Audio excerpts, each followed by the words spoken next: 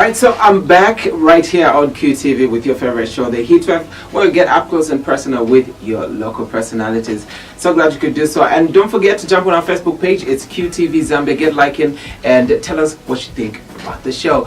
Alrighty, so for the next few minutes, I should be talking to a special guest in the studio. She started singing at a tender age and she continues to spread love and peace through her music. You might have seen her video and you might have listened to some of her songs, and she's here today to talk to us. Her name is Chucky. How are you? I'm very well, thanks, Charlie. How are you? I am great. So glad to have you on the show today. I'm grateful. I'm very grateful. Absolutely. So now, checked out your video. Amazing stuff, I should say. Really love your writing. Your music is just absolutely great. It's a blessing to have people that make great music like you do. So now, tell us, who's Chucky? Where you from? Where were you born? Okay, so Chucky is a singer. You can say gospel singer because I spread, like he said, I spread love through music. Yeah, I just don't sing about God. I sing about things that go around the world, gender-based violence, sexual abuse and everything. So yeah, I was born on November 1st, 1990 something. Okay, I started singing when I was 10. I remember. Was that in church? Yeah. You guess Okay, in church. Church. Okay. I remember my mom would go for church trips and stuff. I would always go along with her, and just like that, I started getting inspired with the singing and everything. So as I grew older, I wanted to be a little bit like her because she's in the choir. And well, she sings as well. Yes, it runs in the family. Wow. Yeah. How come she hasn't released any songs? I guess she just loves singing in church. Just there. Church, Oh, yeah. okay. And you decided to take it a step further. I decided Great stuff. to do so, yeah. Okay. So now, when you decided to get into music, why gospel? You could have done anything with your voice. Okay, so I decided to do gospel simply because God has done a lot for me and my family. We've been through a lot of things, like a lot. Even as I am here right now, it's not because I'm intelligent or my mom is strong, but all because of him. So I thought, no, instead of me doing something else, I just say thank you to God. I think the best way I can do that is just serve him. Yeah. There was a debate on social media in one of these circles that I'm in, where they were talking about how gospel artists fail to change people through their music. Like, there's nothing inspiring about Zambian gospel music. But before we get to that, I want to find out what inspires you to write a song. What drives you to sit down and pen down a song? Okay, personally, I think mostly the songs that I write is because of what I've been through. Or what I see. Personal experiences, yes. What I see going around. If something, let me say, I find a kid on the streets, then I talk, we interact, he tells me this and that, then somehow I'll be able to come up with a song. Like, I'll just write a song specifically for that person. That just, I think for me, it's just through what I go through. Like, I'm able to come up with songs just like that. Oh yeah. Yes. What was the first song that you actually did? My first song was called "Dying in Silence." Ah. Yes. Okay. How did it do? That was like in 2015. Like, it was my first time writing a song, and I thought, okay, it was a good song. It was really a good song. People loved it, so I didn't really push it much because just an upcoming. I thought that, what can I go with this? But yeah. It's a good song, yeah. All right. So now, as a female in the entertainment industry, I know there's a lot of challenges that you get to face. What keeps you going, though? What keeps me going, bro? It's not easy being in the industry. It's not, especially here in Zambia. I think it's really hard if you're just alone. You don't have people to help you in certain areas, but I thank God that I'm able to push. Yeah. It's not easy. It's not easy. Yeah, you were talking to me earlier about how you do not have a manager. You run everything by yourself. How do you do that? This is like a full-time job. It's just by the grace of God. Yeah. I mean, since I started, I've never had a manager. Like, I've just been doing it all alone. Yeah. But there are some people who'd help me. Like, I won't really mention names, but yeah, there are people who inspire me, people who help out in certain areas, and yeah, they just keep telling me, no, this is really good. Just keep pushing hard. You will make it someday. Yeah. Yeah. So now you're going to be here defending a lot of gospel artists out there because people feel like your music is not inspiring as gospel artists in the country, and it leaves much to be desired. What's your view on that? Wow. Is it just Zambian music? Or, I mean, no, we're talking, yeah, obviously. Okay, so people think gospel music, Zambian gospel music doesn't move them. But I think not everybody thinks like that. Let me say, there are these people who think, no, these guys just sing for, gospel artists just sing for, maybe they want exposure, or some are just doing it for money. Yeah. But there are some who understand, like, okay, I think this is really good. For me, I wouldn't say there's some music that doesn't move me. I mean, if it's gospel, I think. No, but there's some gospel artists out there that you're listening to a song, you're moved. Yeah. You even want to change your ways. Sometimes it makes you cry just listening to that, like spirit-inspired music. You just go. But when people come out and say Zambian musicians, not even pointing out any, I don't want to talk about names here, but generally the feeling is that Zambian gospel musicians leave lots to be desired in terms of their writing and how they. What do you feel is the problem though? Is it because people just want to get into gospel music for some reason? Yeah. Okay, I think first of all, Zambian gospel music is not moving because we're not really pushing. Look at the secular guys. They're everywhere. Yeah. Like they're everywhere. They're pushing so hard. Like I won't lie. Because like their music plays in clubs, and I think there's just as much clubs as there's churches also. Yes, there is. Yeah. So I think those guys are really good. They support each other. Like there's strong support. There's strong unity among the secular guys. For gospel artists. But I don't think gospel artists should be united. Yeah, more united. That's what I'm saying. So I think for gospel singers, they just say, okay, since I'm already there, so it's fine. These guys can just deal with their own thing. There's no much unity. Yeah. Have you tried to like sort of get in contact with any of the big guys in the gospel industry, maybe to ask for help, and it didn't happen? Yes, I have. And I was very, very disappointed. Oh, okay, so such. Yeah, so I'm saying there's no much unity. But you guys go to concerts and perform together, and then at the backstage, God bless you, good music. let's do this together. And then I'm so surprised that this is what's happening in the background. It happens. Not everybody. Not everybody that actually sings for God. Yeah. Others, it's just business. You see, the prophets nowadays who just want to make money, not really that they want to serve God. It's just the same. Yeah, gospel. Awesome stuff. You spread a lot of love, a lot of peace, and a lot of good message in your music and all of that.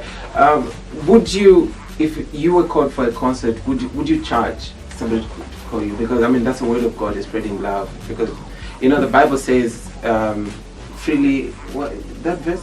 Freely. Like the word is given to us for free, and we should give it out for free. Yeah. Would you charge if you went to perform at a gospel concert? At a gospel concert, okay, it depends with what they like. Let me say, that if invited me, I don't really expect them to pay me. It's up to them. If they want, they don't. I mean, after all, it says we're just doing it for God. So it's not really that I have to charge all the time. Yeah, but sometimes. Sometimes when it's up to them, like I'm saying, it's up to them. Sometimes, okay, if at all times you just say, okay, yes, I'll attend, okay, I'll attend, then they'll be like, oh, just some makana and stuff. Yeah. So I think there are times when you need to, okay, you guys, this is business for me, I'll go. in as much as it is me spreading the gospel, you know. You gotta look good. Yeah. You gotta have that makeup going on. You got a new single. Tell us a bit more about it. Okay, so my new single is called Sonweko. Actually, I did my first video. That's my video. My Wow. First. The song talks about me inviting people to come and drink of the water of life, which is Jesus Christ himself. The song was inspired by John 4:14, which says, "Whoever drinks of the water of life shall not thirst." And I also got some scripture from the Bible. That's 2 Kings chapter 5. It talks about this man called Naaman. He was a very respected man, like, you know, those highly respected, whatever they're called, gods or something. Yeah, so this man had, what's that disease? That skin disease? Yeah. What's the name? It's gone. Leprosy? Yeah, exactly. So he had that deadly skin disease, and he was taught by Prophet Elisha to go and wash his body in the River Jordan 7 times. You know, he didn't believe, like, he didn't really, he's like, oh, what can water do to me? So at last he just felt like, okay, let me try this. But he wasn't really like, okay, he wasn't Convinced sure. that it's gonna work. Yeah, it's gonna work. Till he did it, and immediately he got healed. So this song just talks about me, like, I'm telling you, Jesus is the water of life. Drink that water of life, which is Jesus. All right. Like, I'm telling you to seek Christ. All right, let's check out the video. We're back on the other side right here. You're watching The Heat with Dimbwi. Reverb. On it.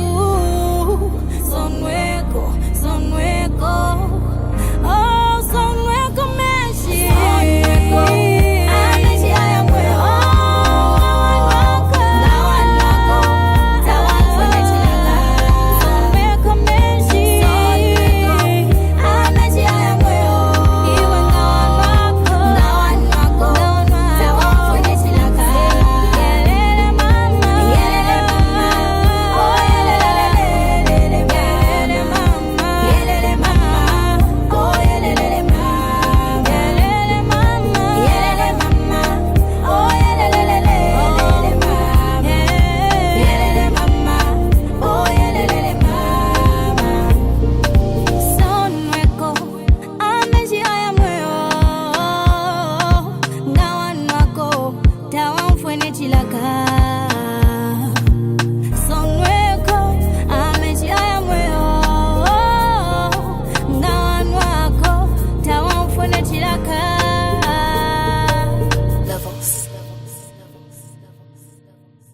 Great stuff. That was her video. Beautiful single. It's out there, and you can check out the video right here on QTV. But she's with us in the studio right now, Chucky. We're talking more about your project. So now tell us, apart from this one, is there any more singles that are coming, or we're expecting an album soon? Actually, I've started working on my album. Yeah. So no more singles for now. Yeah. Yeah. Hopefully, God willing, by next year we'll have a full album. Full album. Yes.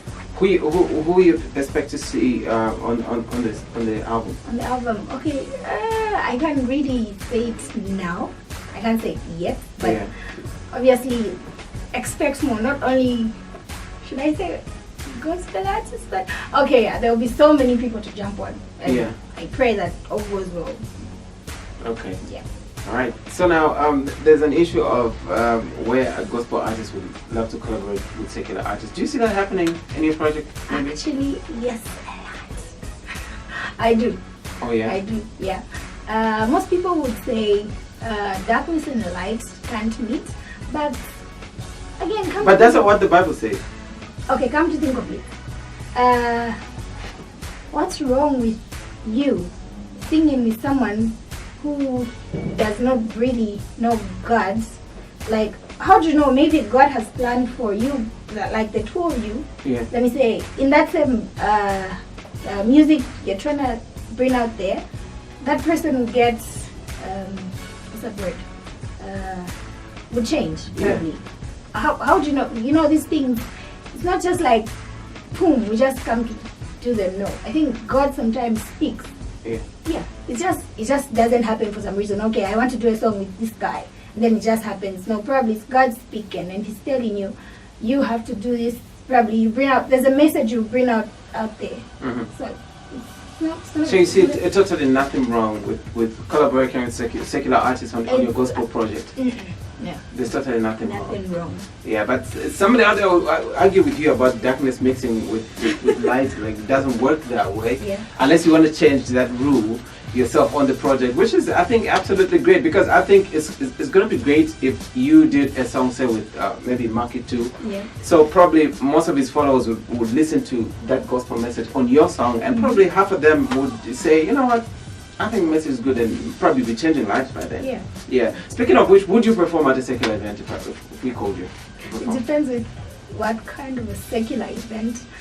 First of all, I can't perform. You know, I can't at a club. No, I wouldn't. Uh-huh. For some reasons, but there are some secular events. You know, like there's lots of people. Imagine there's lots of people out there, and you just go and sing. You bring out the message. You minister to them. Yeah. Then you end up realizing that there's even if these guys are into the world, they somehow have that hunger At the for beer God. fest. Yeah, they have. Okay, at a beer fest. Okay, let me finish. Let's Oh, okay. Okay, so yeah, these people hunger for God. No, they won't really show it there and then, but you don't know. We go through many things. I mean, we go to many places. Just by you singing, there could be one soul out there that wants to give himself to Christ. Mhm. So it's not really wrong. It's not wrong. I mean, if we don't go out there, we don't go to such places. Who's going to go there? Yeah. But you said you wouldn't do it in a club. In a club, no. But I feel at a club, that's where you find most distressed people. Yeah. So downtrodden and broken, they'll just decide to go sit at the bar at the counter and just down it up to the deep end of the bottle. Why would you want to perform at the club if you can perform at a secular event out there? Okay, first of all, I think a club is different. So much happens in a club. People will be fighting, throwing bottles at each other, and stuff. I think I'm I'm not into that. Like, you're singing there, they start booing you, and they end up showing. I think just that kind of thing that I wouldn't. You don't want to be a part of that. No. All right. Speaking of which, Give me 5 artists in Zambia right now, gospel, that you probably say, wow, they're doing it right, and probably sort of get inspiration from.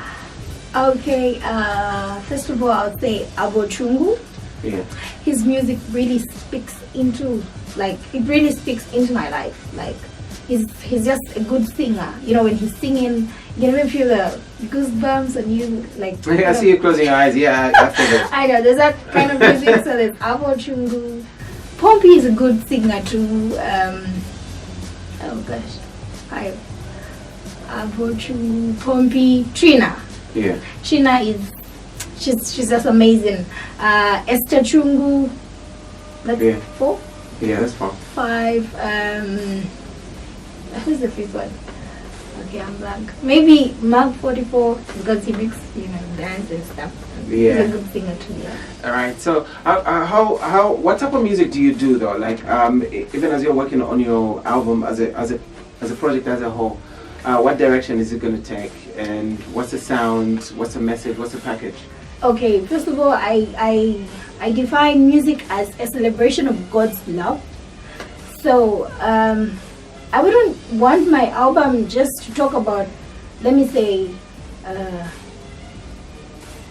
I wouldn't want it to just talk about, you know, like God. I know God is there. God is real. He is the reason why we all are alive today. But come to think of it, people will be listening to that music, that album, and probably they're heartbroken, they're stressed and everything, and they really want some, you know, encouragement, like strong encouragement. Yeah. And quite right, there are songs, worship, that will really move them, but I think sometimes, as for my album, it will have a lot of